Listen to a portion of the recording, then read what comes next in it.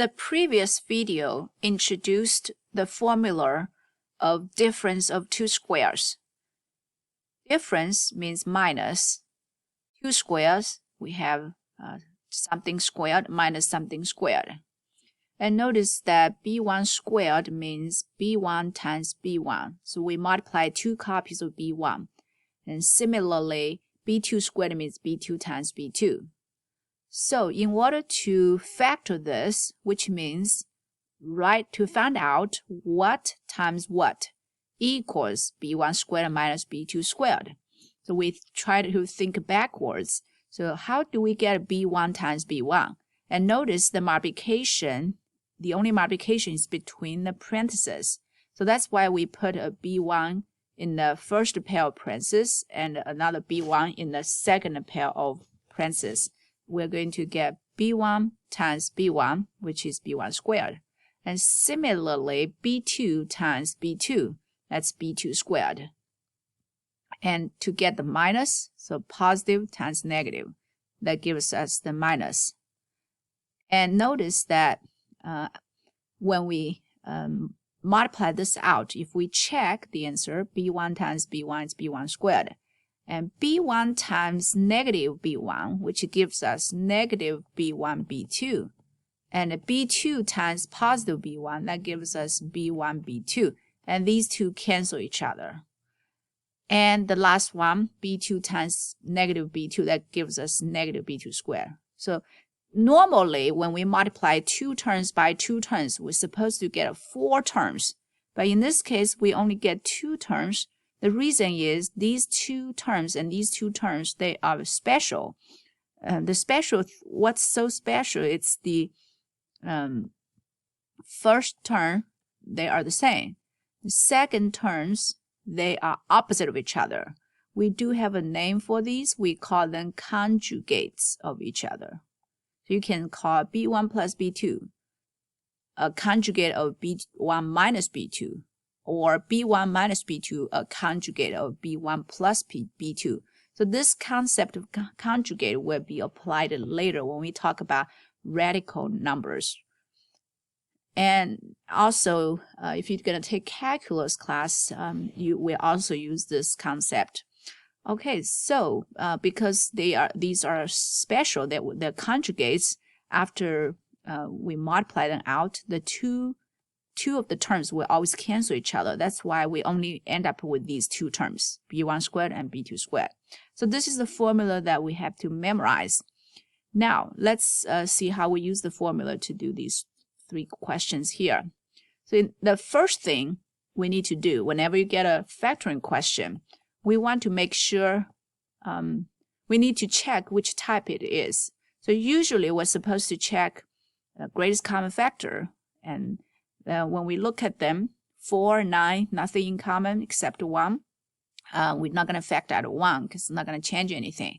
A squared, there's no a squared here. B squared, no b squared here. So apparently this is not the greatest common factor type. There's no greatest common factor except 1.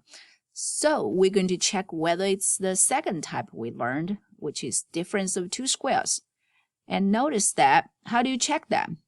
And when you look at it, you may not see, well, we see a square here, but the two square has to be between the minus. So, I mean, not between, one is in front of minus, the one is after the minus sign. We do see a minus sign right here. So there's a minus, that's the difference we want. Secondly, we need something squared minus something squared. So whenever we want to use the difference of two squares formula, it has to look like this. But right now, it doesn't look like this exactly, where we have to rewrite some of the things, the numbers or variables, to get into this format we need. For 9, it's easy because 9, we know, everybody knows it's 3 squared. And so you can rewrite 9 as 3 squared. Because why do we write it? Because I want to, when I use the formula, I need to know what the base is.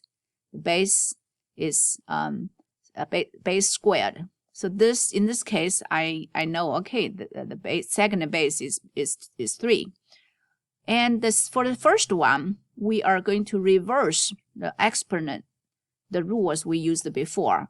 So previously, when you have something times something times something squared, you can raise each of them to the second.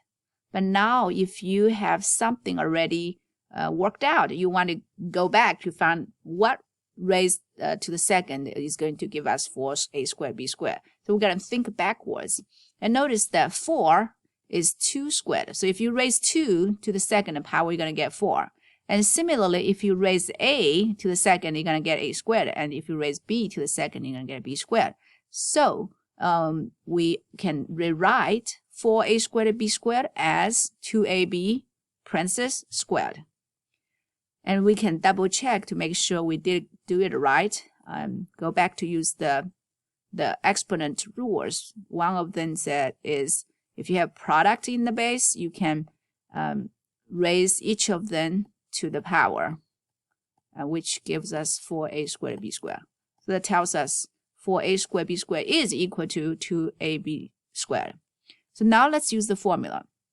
So the formula tells us, okay, so you got 2 copies of 2ab. So you're going to put one of them in the first parenthesis, the other copy in the second. Okay, so again, this 2 means 2 copies of everything inside the parenthesis. So you're going to have 1 here and 1 there, 2 copies. Similarly, we have 2 copies of 3. We're going to put 1 in here, 1 in there. Again, the multiplication is between the parentheses, so we have to put 1 in here, 1 there, so we will be able to multiply them. And in order to get minus, make one of them positive, one of the other negative. If you want, you can put a minus first and plus. It doesn't make a difference because multiplication has commutative property. So it's gonna be the same as 2ab minus 3 times 2ab plus 3. So just pick one of them. You don't have to write both. Okay, so this is the final answer. And if you want to check your answer, you can also do this on your scratch paper. Multiply out, use the FOIL or distributive principle, and to make sure you can go back to 4a squared b squared minus 9. So I'm going to skip that checking part. Okay, now the next question, we're going to do first thing, no GCF. And secondly, there is a difference. That's what we want for difference of 2 squares. And thirdly, that we do have 2 squares here. So we have something squared minus something squared. This is already in the format we need, so we don't have to rewrite anything. Let's go ahead and write it down. Because we already have parentheses, I'm going to use brackets. So we're going to have something times something. In the first pair of parentheses, we're trying to write down, okay, so we're going to split a squared, because a squared means a times a. So we're going to put a 1a here, 1a there, so we can get a times a. Now, similarly, the second part means 2 copies of b minus 2. It's b minus 2 times b minus 2. So I'm going to put one of them here, the other one here. So we got b minus 2 times b minus 2. In order to get this minus sign, we're going to make one of them positive, the other negative. Okay, you can leave your answer this way. If you do want to simplify this a little further, you can distribute the plus sign to what's inside. Put a 1 there, distribute a positive 1. So that gives us a plus 1 times b is b, and 1 times negative 2 is 2. And the second one, we distribute a negative 1 to what's in the parentheses. So we have a minus b, negative 1 times negative 2 is positive 2. So you can simplify a little bit to get rid of brackets. And that's the final answer. And also, if you want to double check, make sure you did this right, and you can do that on your scratch paper. You just have to distribute a to this, a to negative b, a to 2, and then distribute b to all of them, and distribute negative 2 to all of them. And you should be able to go back to that. You can also work out here to simplify this to make sure they match. So you simplify this one, you get a simplified version, and you multiply this one out. Eventually, they should match. Okay, now next, the last example, we can see they don't have anything common. So no greatest common factor except 1. difference two squares. We do see difference here. Minus means difference. Two squares. Right now, we don't see any square at all. So we're going to check to see if we can rewrite each of the terms to make them in the format of something squared and something squared. Now for 1, we know that 1 is also equal to 1 squared, because when you square 1, you still get 1. So I can rewrite that 1 as 1 squared. For the x to the 4th, so we have to think backwards. So what squared is going to be x to the 4th?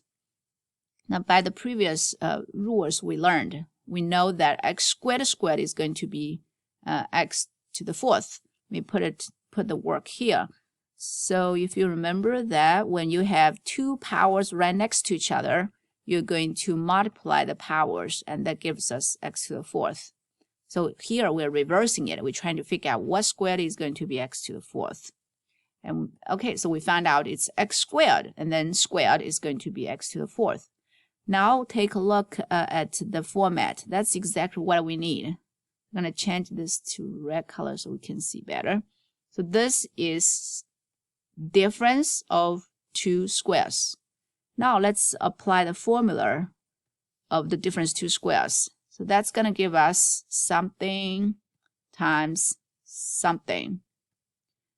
Okay, so first look at the first part. This 2, so we got to be a little careful here. We got two squares here. So this is the one, outside one is the one we focus on. So what does this mean? What does this 2 mean? It means we have 2 copies of x squared. In other words, we have x squared times x squared. Okay, you don't have to write all of these, but for explanation, to make the explanation easier, I'm writing this down so you can see better. Okay, so that means I'm going to put one copy here, the other copy there. So we get x squared times x squared. And similarly, we have 2 copies of 1. Let's put a 1 here, 1 there. Now we're going to get, let's do 1 plus and 1 minus. And notice in the previous examples, I stopped because I don't see any GCF. I don't see any square at all because 3 is nothing squared. The same here, you cannot write 2 as anything squared. But in this case, and we notice that we still have a square here and a square there. So we might be able to continue to factor this. And because x squared, we know we can always break it down further as x times x. Okay, so let's take a quick look. Sometimes you may not be able to factor. For example, x squared plus 1. Well, no GCF. And it's not a difference of 2 squares because this is sum. It's not a difference. We don't have a formula for sum of 2 squares. So for that part, there's nothing we can do. We just have to leave it. So it's just like number, if they give you a number 2, you cannot factor 2 any further. So this one is sort of like a prime number. You can't factor it any further. But x squared minus 1, notice its difference here. And immediately we remember we have a formula, it's difference of 2 squares. We just need to verify it is 2 squares. Apparently, we already have a square here. We just need to make sure this one can also be written as something squared. And we, similar to the previous step, 1 can also be written as 1 squared.